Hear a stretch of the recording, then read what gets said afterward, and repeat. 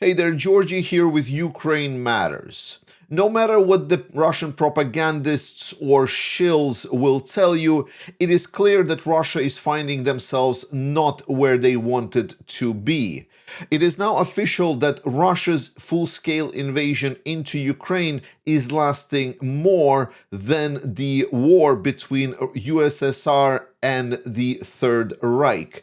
This is marking a very distinct and important milestone for a lot of the Eastern European and specifically for a lot of the Russians. This marks a very distinct milestone that outlines a very clear optics that no lying from the Russian side can really erase. And people that are unfamiliar with history might now ask, well, if I remember correctly, the Second World War lasted from 1939 to 1945. That's 6 years. So clearly something doesn't align. And the alignment is very, very clear because USSR at the start of the Second World War was actually an ally of the Nazi Germany.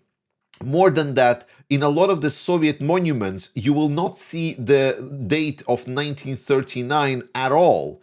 All of their memorials to the Second World War are listing 1941 to 1945, which started with the German invasion into the USSR territory. And it's a very small but very important cultural aspect to understand the mentality of modern Russians, that they completely obscure everything about their actual role in the Second World War, about how tragic the destiny of countries that were subjugated by the USSR was, and more importantly, taking absolutely zero responsibility and accountability for the horrors that they brought to the Central and Eastern Europe.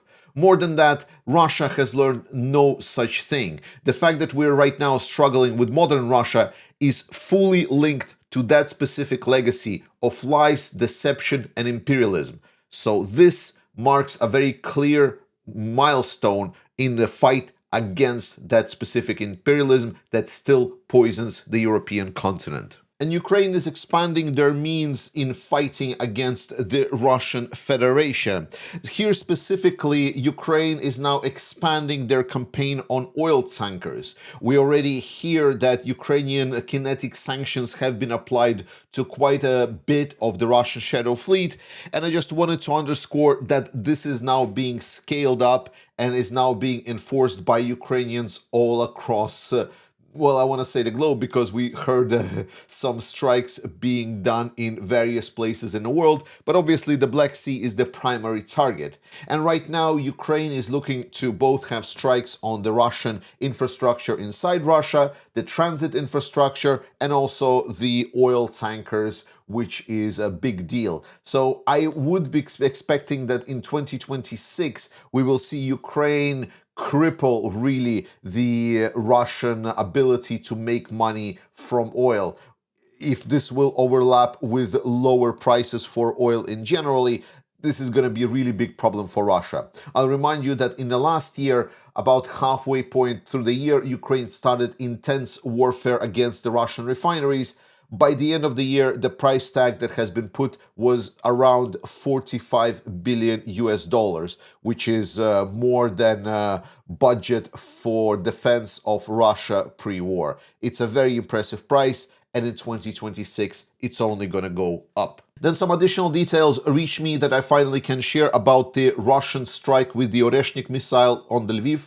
Oreshnik is a medium-range missile, a ballistic missile that goes upwards and then comes down with a huge speed. The intended use for this missile is to deliver the nuclear warhead. It was judged that without the nuclear warhead, just the kinetic force of the impact can cause severe damage from the Oreshnik manufacturers. And unfortunately, it is true, but there is also some big problems that have been discovered with this missile. Firstly, there were components shown from inside the missile, and it turned out that a lot of these components are still basing themselves on the old Soviet technology. It's not that it's archaic, it is still working, it's still a weapon.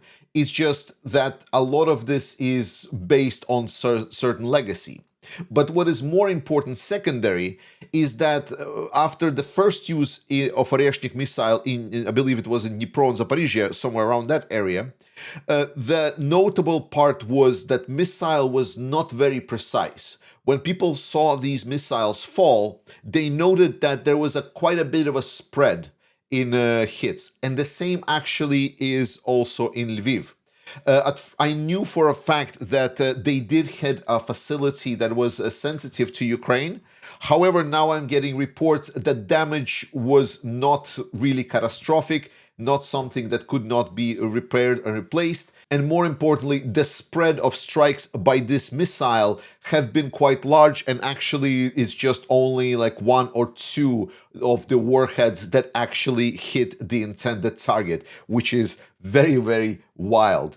This only underscores that without a nuclear warhead, this missile is nothing more than sort of a joke, because there's plenty of other capabilities that Russia can use to strike these targets. So it's another weapon, but with the fact that Russia just has a lot of the other weapons, it sort of is a non-starter, and mostly in the expert circles, it's mostly gets out a chuckle in its non-nuclear execution. Big development in 2025 that went under the radar is developments in the ground drone technology. There have been already multiple uses by the military of these drones in the attacking of enemy trenches, in holding position, supplementing logistics. A lot of logistics are actually now being done with the ground drones on the front line. But now, here's also an example where even police units are using these drones to evacuate civilians from the dangerous areas. Not that I want to say something concrete about these drones, but I thought that if you follow the war and if you want to know about the developments in the technology within this warfare, then something you should not be sleeping on is on the ground drones and how they will be developing in 2026. I would like to outline also the news of extra cooperation between Ukraine and United Kingdom. This time they're working to develop a new ballistic missile for Ukraine.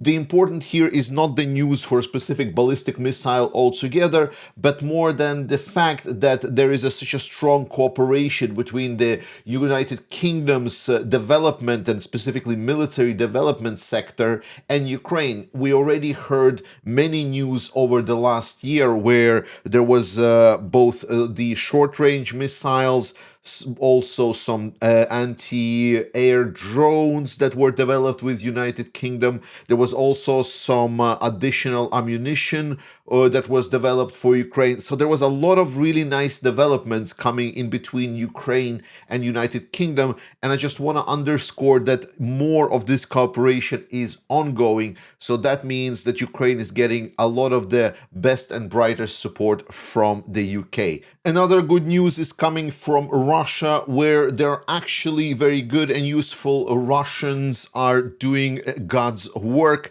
Freedom of Russia Resistance burned 15 Russian trucks in Belgorod region. It is crucial to underscore this specific type of work, and I will continue doing it as much as I can, about the resistance groups inside of Russia actually helping Ukraine and fighting for the right cause. Thank you so much for everyone that is participating in this. Please stay as safe as you can. And finally, the news that will shape the whole 2026, and in my perspective, the war going forward, is now the official appointments of the new defense minister in Ukraine and the head of the office of the President Zelensky. One is Budanov, another is Mikhailo Fedorov. And there was already a very important discussion between Zelensky and Mikhailo Fedorov. More the fact that Zelensky outlined the important part for protecting the skies. This is all a very important defense sector expenditure, incredible. But importantly is what Fedorov stated himself, because now he outlined also his priorities, what he would like to focus in his job as well. And those are military reform. He outlined that Ukraine does need a military reform, and Ukraine needs an important reform in the way that they are mobilizing people. And that is great news. Those are actual hard-hitting problems for Ukraine. Those are the problems that define whether or not Ukraine can continue fighting this war and actually winning this war. And I'm very, very glad that now not only Budanov, arguably the second most powerful position in the country right now, and also the defense minister are now in agreement that there needs to be major changes to Ukraine, Ukrainian military, how Ukraine communicates, and how Ukraine fights this war. This is fantastic news, guys, and I am very optimistic that we will indeed see big positive changes coming for Ukraine in 2026. And talking about big changes, the Ukrainian anti-corruption agency has exposed Yulia Tymoshenko in bribery in Ukrainian parliament. It has been known a lot that there is a lot of political corruption inside Ukraine. Every Ukrainian knows this. This is like not a secret to anyone.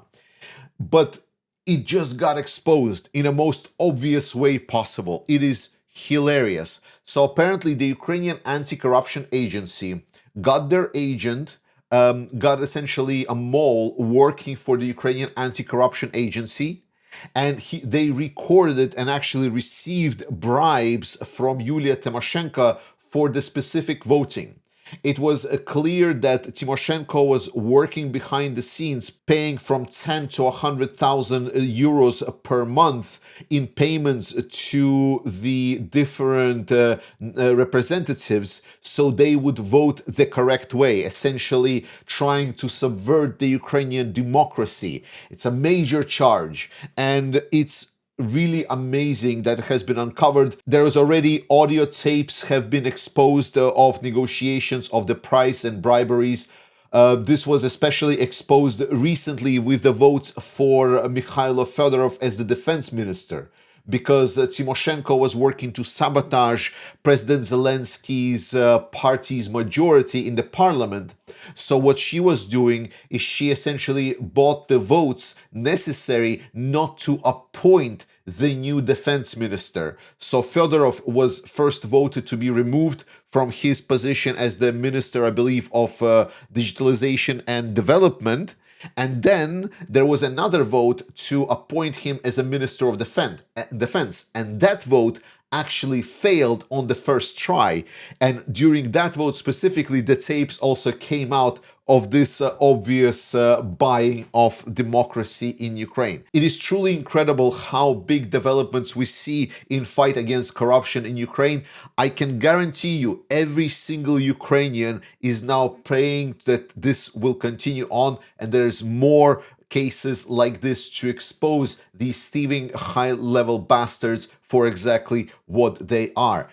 So everyone was asking whether Ukraine will be fighting corruption. We have a very clear answer. Yes, yes, they do. And to finish on a positive note, we see that Russian innovations knows no bounds. And this is truly some kind of absolute cyberpunk dimension that we're finding themselves in.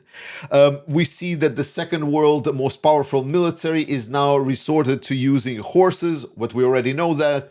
But now they're putting technological innovation, they're buying Starlinks, and they're putting Starlinks on horses to have literally mobile internet connection, so to say.